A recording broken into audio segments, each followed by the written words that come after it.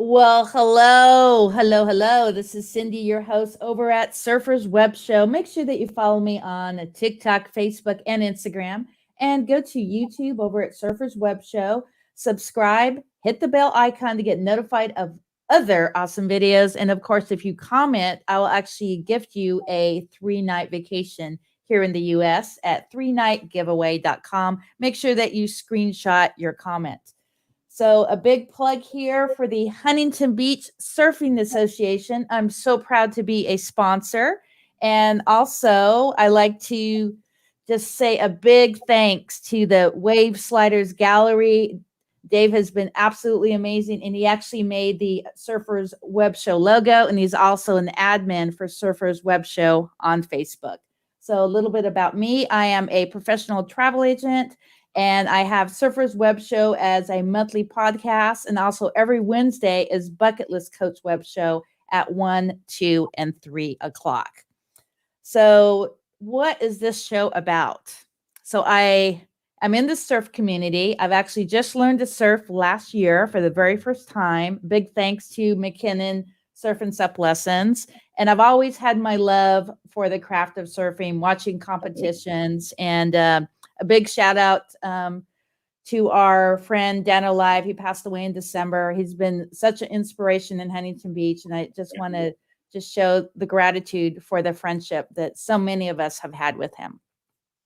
So today I have my friend Don Ramsey. He is in the house. Welcome to the show. Right on. Thank you for having me.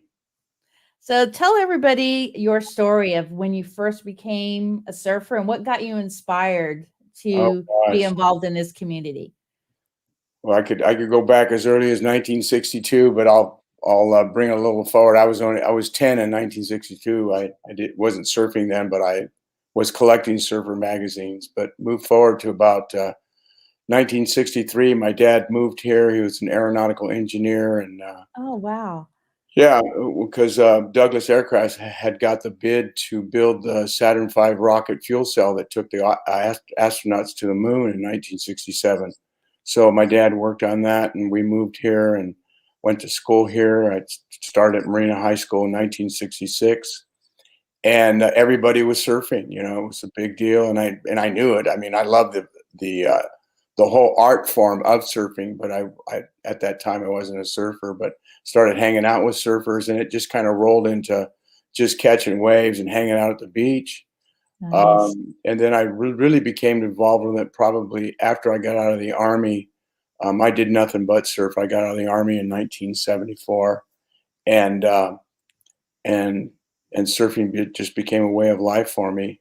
You know, I had already known how to surf, but to be more active in surfing and hanging out with some pro surfers that were friends, and just kind of rolled into that in the last few years.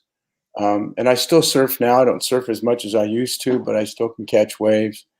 And you know, I've just been really involved in the surf community in the last 10 years, I would say. It started off just by hanging out with a couple of friends that knew that I knew some people in surfing, and they were kind of asking me to introduce them to, you know, some pros that I knew back in the day. And it was an honor to like make some really good connections. Some of my friends ended up working for Bob Hurley, and Oh, wow. just different things like that. And it just continued on. Few years back, I started doing some things with the Huntington Beach International Surfing Museum and with Diana Mhm. Dean, the executive director at the time. And that just kind of blew up in just other things. When we did the Surfing Circle of Honor in June of 2017, I was a big part of that. It was a passion for me at the time. And and then I just started, you know, doing other stuff in the surf community. Became board. Actually, I'm on the board of directors now for the Huntington Beach International Surfing Museum. I'm also the event director for the International Surfboard Builders Hall of Fame. I'm on the board of directors for the Huntington Beach Board Rider Club. I'm part of the Huntington Beach Surfing Association and the Huntington Beach Longboard Crew.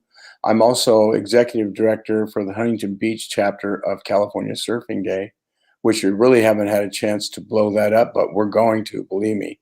That's going to be a major event yearly here in Huntington Beach, and that's every September 20th. the weekend closest to that date, we'll be celebrating groups that use surfing as a vehicle or mechanism to help other people, and we'll start recognizing those groups. But yeah, I feel like I'm pretty involved with surfing, especially at my age. I am stoked to be able to be part of it and not let it, I've never really ever stopped loving surfing or wanting to be part of the surf culture in Huntington Beach. When it became Surf City, it kind of blew my mind because I always thought, dude, we already are Surf City. We don't really need that logo. We've always been Surf City, and that's the way I've always looked at downtown. I can remember all the old surf shops and just Bob Bowen, Greek Surfboard's a really good friend of mine. I used to tell him when I was a young teenager, he used to scare me because I was so intimidated by real famous and popular surfers like him, David Nueva, and just all the locals that were here in Huntington Beach back then. But now it's kind of funny. They're all my friends, and I feel good. Peter Townend, was a great surfer and a great ambassador for our sport. I'm stoked to be able to call him a friend, and we've done some events together. So, and I hope to be able to do more events with him. But surfing's always been a passion. I belonged to this church here in Huntington Beach called Stonebridge Christian Fellowship, and I used to teach the pastors and the youth pastors and a lot of the kids. We take them surfing, and I think I probably taught at least 15 to 20 people to learn how to surf back in the day when I was active at that church. But blessed to be part of this community here in Huntington Beach. Well, that's a good segue to our next part of the show. Tell us all about how California Surfing Day all started. Okay, so that happened just kind of on a whim. We were in a meeting. Actually, I wasn't in the meeting that day. I went to the meeting that afternoon, but earlier in the day, our mayor at the time, Mike Posey, came in to talk to the executive director, Diana Deem, and the conversation kind of tilted towards something about surfing and, honoring surfing. I think they were talking about International Surfing Day, which is the day that they did the big board and all that. And it was the same day that we did the Surfing Circle of Honor. But Mike Posey asked Diana Deem, he said, well, isn't there a California Surfing Day? And Diana Deem's eyes lit up, and she started talking to a couple people there about it, one of them being Jericho Poplar, first female world champ back in the mid-'70s. And then I think Chewy Mandrell was in the room as well, and they were talking about it. And I happened to be strolling by and got sucked in the conversation, and we started kind of like really figuring out, maybe we could make this an event here in California, and it kind of grew legs from there. Diana drew up a proclamation, and we went up to Sacramento. Like, wasn't more than a month after the whole idea happened, that we scheduled airfare for 14 of us. Went up there with Kelly Miller, Andy Verdone from the high school coach, Brett Barnes from Duke's, Duke Ipa, a very well-known surfer and shaper. His dad is Ben Ipa. And then there was myself and Chris Cole from the city, and George Lambert, and Diana Deem went, and Jericho Poplar, and we took Paul Strahl, a surfing ambassador, really a great guy. So we all went up there. Actually, Dean Torrance went as well, from Jan and Dean. And we all went up there, and Diane brought the proclamation, and we went before the state Senate, and they voted us in unanimously. And then Matthew Harper was there. He's a local assemblyman back then, and he brought us all in, and we were talking about it. And he took all the information himself, and then a week or two later brought it before the state assembly, and they all voted it in unanimously. And hence we started California Surfing Day. And we had a couple of hiccups in the plans that we were going to have, and things kind of rolled into some other ideas, and then COVID hit. We were going to do it in September of 2020. We were going to start inducting groups, like I told you, to honor them for using surfing as a vehicle to help other people. And there's so many. And I'm going to give you a random one. There's a group in Monrovia, California called the Monrovia Surf Club. Now, Monrovia is 60 miles from the coast. They take every year inner city at-risk youth on a big school bus, They take them down to San Clemente every day for about 2 weeks, bring the soft top surfboards, teach them how to surf, teach them beach safety, clean oceans, feed them, and they do it all for free. And you never hear of them. And it's groups like this that we thought maybe we should start recognizing those groups and honor them, just like we do the Walk of Fame in front of Jack's on the northwest corner there of Main and PCH, and then on the southwest corner, we honor surfers at the Surfers Hall of Fame in front of HSS. So we thought, maybe we could use Fifth Street right in front of Rip Curl and the Shorebreak Hotel. And last year I got in a conversation with one of the property managers that worked for Gary Jabara. His company owns all of the Fifth Street from Walnut to PCH. And they got a hold of him, and he loved the idea. And we just haven't taken it to the next level because of the pandemic. But the plan is to start doing something this year and really blow it up in 2022. And I'm really stoked to be part of it. I was asked to take the lead by Mike Posey, and at the time it was Fred Wilson, and who was our city manager. But I know Oliver Chi, our current city manager as well. He's on board with making it happen. So just one of the things that I'm part of, and I'm blessed to be able to help with here in our great town. So stop, drop, and surf. Yeah. So that is, that's Jericho Poplar came up with that little tag, and she uses that on her announcement, and anytime she does talk about California Surfing Day, which she really helped with a lot of that and getting the logo done. Our logo is fantastic. There's a picture of her and Paul Straw on it, and the animator that put it together was one of the graphic artists that works at Disneyland. So I actually need another sticker because I have it for the back of my truck. I'll make sure you get one. Well, awesome. So now I'm going to segue into Cowabunga Vancland. Tell us all about this. Okay, I'll tell you how it started. So I've been lucky enough to have some pretty nice cars, and I sold one of my cars just because I was getting tired of it, and which is kind of a spoiled thing to say, but I sold the car, and I had this money, and a friend of mine bought a VW bus, and I told him, in fact, I used to do worship with him at my church. He was a worship leader, and I was a guitarist in the worship team, and he said, you should get a bus too, we could cruise together. And I thought, well, I think I will, because I've had VW buses in the past, literally surfing out of a bus and almost living out of one. My brother and I drove all the way down to San Blas Nayarit in 1974 in a 66 11. Wow. But anyway, so we went around to some VW bus events and here in SoCal, and I just started looking at different buses for sale, and I found one I liked, and the guy interviewed me for 3 hours. He didn't want it to sell it to just anybody who was going to resell it. After he found out my intention, who I was and where I lived and all this stuff, he goes, "You're the perfect guy." And I bought that bus, and I was over at my buddy Steve's house, and he had his bus, and we were talking. He goes, "Now we ought to make a VW bus club." And I looked at him, and I go, just off the top of my head, I said, "Yeah, we'll call it the Cowabunga Vancland at Huntington Beach." And he goes, "Well, that's a great name." And he goes, "Did you just think of that?" I said, "Yeah, I just did." And so what happened was we continued to go to different VW bus shows around Orange County, and I think we went to one or two in LA. And I started taking phone numbers and addresses and description of guys' buses that I really liked. And more importantly, the people that own those buses were just like really nice and cool people. I had met some that had really great buses, but I didn't want to mess with their ego, because some guys, think they're really,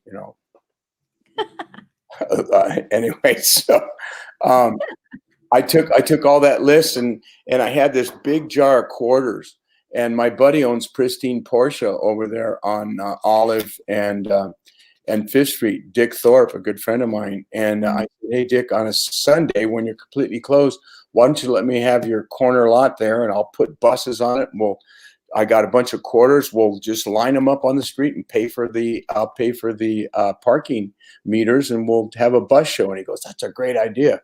So I got on the phone, called all the people, and they all said, "Yeah, let's do it."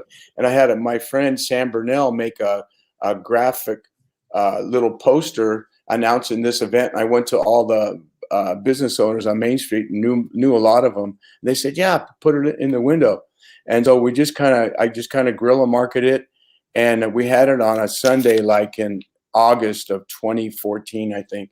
And it was crazy. There was, all the buses showed up, even more people than I thought. We went from Olive all the way through the second block of Fifth Street and down Olive on both sides of the street, and they parked all over Walnut, and someone from the city came over to me and said, "What are you guys doing?" I said, "Well, we're having a VW bus event." He goes, "Well, you need to have a permit to do something like this." And I go, "Well, we paid for all the parking stalls." And then she looks at all the people walking down this middle of the street, and she goes, "Yeah, but look at all the people walking down the street. If someone gets hurt, you could be sued." And I went, "Yeah, I didn't think of that." And she goes, "Well, let me have your number. I'm going to call a couple people in the city, and we want to talk to you." And that's kind of how it started. And I got a call from Chris Cole, one of my good friends. Nice. And Chris called me and said, "Hey, Don, we really like what you're doing, but we would love to have you do it, with a permit and insurance and make a real event about it." And I said, "Fine, let's see what we can do." And they said, "Well, we're going to have Surf City Days right after the Memorial or Labor Day weekend. How'd you like to have all of Main Street and put buses on Main Street?" And so I said, "Yeah, let's do it." And I said, "I tell you what, I'll charge $45 per bus, and we'll donate the money to Wounded Warrior Project." And that's when the city really, their eyes lit up and said, "You would do that?" Because they hadn't ever had a car event like this, and then all the proceeds go to help somebody else. Mhm. And they really liked that about me, and it continued on. And then I had Brett Barnes and Fred Wilson come to me when I was doing the Main Street event again, and they said, "Well, next year we would love to have you do it on the Huntington Beach Pier. We're going to make sure." Woohoo! Yeah, And baby. we did it on the pier. And that year when we did it, there was a publication that came from France to Huntington Beach to see the event, because I was blowing it up all over Facebook. And they did a 5-page pictorial and rated it the #1 VW bus show in the world in the last 3 to 5 years. And every time I've Wow. had it since, I've done 6 of them on the pier. Oh, so The amazing. last one was the entire pier. We had 110 buses, and the Mhm. city was very, very happy how it just came together, and how we exited like right at the time we're supposed to exit, and it just all worked out really well. And I just was able to continue on with the city. And like I said, I'm doing a lot more stuff with the city these days than just the VW bus thing that we do. But very, very honored, really, to be able to be part of our city and make stuff happen like I do. Well, I'm honored for our friendship. I think Yeah, we known each other like 4 or 5 years. yeah. So we're gonna close out the show, but first off, I wanna talk about Operation Surf. Can you tell my Oh, audience what that's about? okay. So Operation Surf started up in Northern California. This group got together and they thought it'd be a good idea to start honoring vets that had been injured Wow. in war, amputees, and teach them how to surf. And so at the time, I think Danny Nichols was a good friend of the founder of that organization, and he asked him, "Well, maybe we could do it down in Huntington Beach." And they thought that was a good idea, and they ended up moving here in Huntington Beach. So I was a medic in the Army during the Vietnam War. I was worked in a burn ward in Wow. Busan, Korea for 14 months back in 72 and 73. And so I saw firsthand what some veterans were going through as a result of war injuries. And when I found out that event was happening here, I wanted to be part of it. I got a hold of Danny Nichols and told him I'd love to help. He may be one of the safety guys. I've done that a couple of the times we've done it here. And then a lot of my friends, people that I've known in surfing for a long time, Rocky McKinnon, and like I say, Danny Nichols.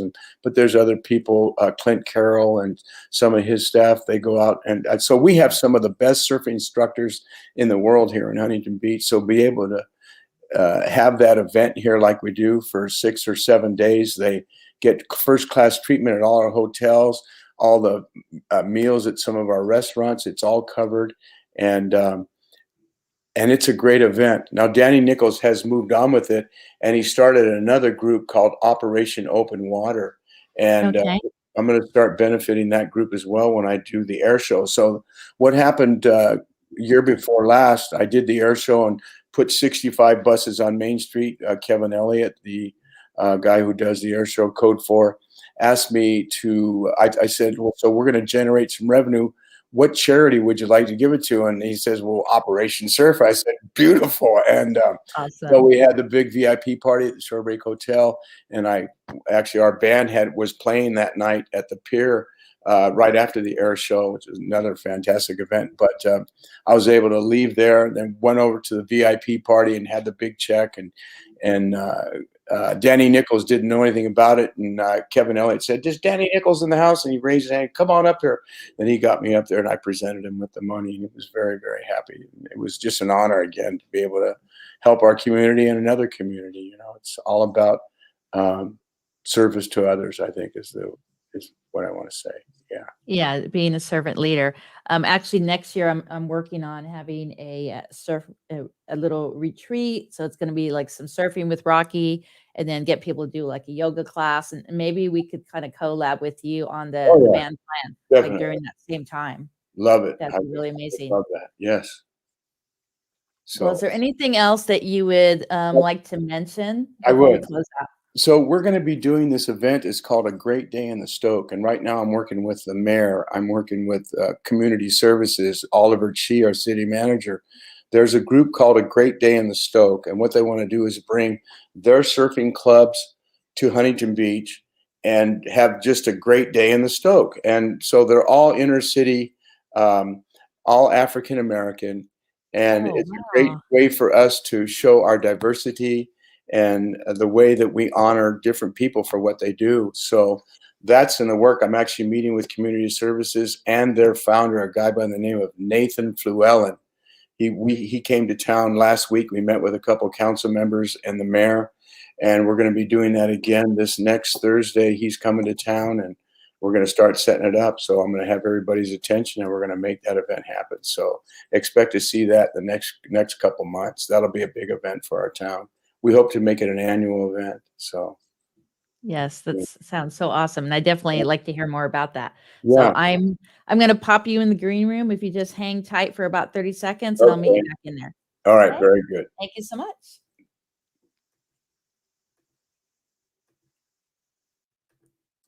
Well, there you go, guys. Make sure that you check out Don's branding. You could actually just go here in the chat. We're here on YouTube today. So make sure that you go to Surfer's Web Show here on YouTube and comment, do a screenshot, and you could actually get that 3-day hotel on me anywhere in the US. And so you want to go to 3nightgiveaway.com. And make sure to be a servant leader. Find a nonprofit that you could support. There's so many different nonprofits. I'm connected to some. Don is connected to some. So definitely reach out to us. And think of 5 people every single day that you could send gratitude to. We're here today. We're gone tomorrow. It's so important to make the most of that dash and live your life. This is Cindy, and we'll see you on the next Surfer's Web Show in mid-May. And make sure that you stay tuned to Bucket List Coach Web Show every Wednesday at 1, 2, and 3 p.m. PST. Shaka, baby. We'll see you on the next show.